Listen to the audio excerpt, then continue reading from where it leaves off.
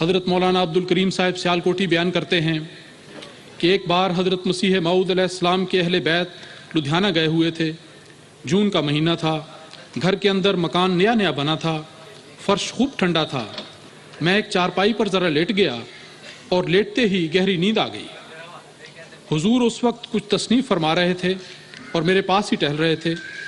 وہ فرماتے ہیں کہ تھوڑی دیر کے بعد میں چونک کر اٹھا تو کیا دیکھتا ہوں کہ حضرت مسیح موعود علیہ السلام میری چارپائی کے پاس نیچے فرش پر بیٹھے ہیں۔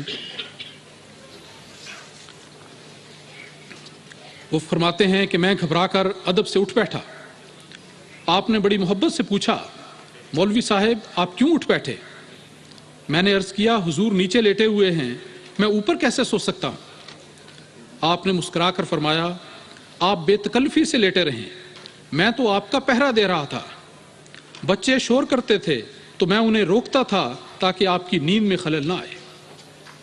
یہ واقعہ سن کر آج بھی ہمارے جذبات میں ایک تلاطم برپا ہو جاتا ہے۔ نہ جانے حضرت مولوی عبد الکریم صاحب کی اس وقت کیا حالت ہوئی ہوگی۔ حضرت ڈاکٹر میر محمد اسماعیل صاحب کی بیان کردہ ایک اور روایت سنیے، جو حضرت مسیح موعود علیہ السلام کے عز و انکسار اور خاکسارانہ طبیعت کے بارے میں ایک انمٹ نقش دلوں پر ثبت کرنے والی ہے۔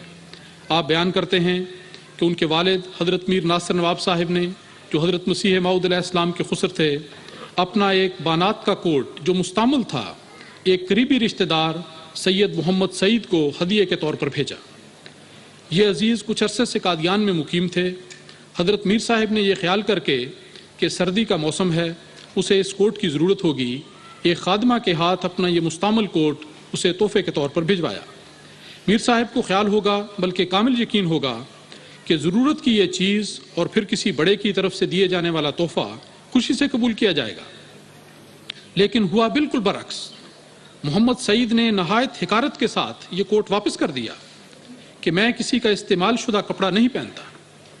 اتفاق یہ ہوا کہ جب وہ خادمہ یہ کوٹ لے کر واپس میر صاحب کی طرف جا رہی تھی تو اچانک حضرت مسیح موعود علیہ السلام نے اسے دیکھ لیا اور پوچھا کہ یہ کیسا کوٹ ہے اور کہاں لیے جاتی ہو؟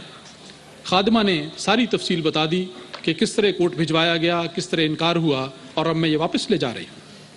حضرت مسیح موعود علیہ السلام نے سن کر فرمایا، واپس نہ لے جاؤ، اس سے میر صاحب کی دل شکنی ہوگی، تم یہ کوٹ ہمیں دے جاؤ، ہم پہنیں گے، اور میر صاحب سے یہ کہہ دینا کہ میں نے رکھ لیا ہے۔ یہ دل گداز واقعہ حضرت مسیح موعود علیہ السلام کے قلب اطہر اور آپ کے اخلاق فاضلہ کی کیا خوبصورت عکاسی کرتا ہے۔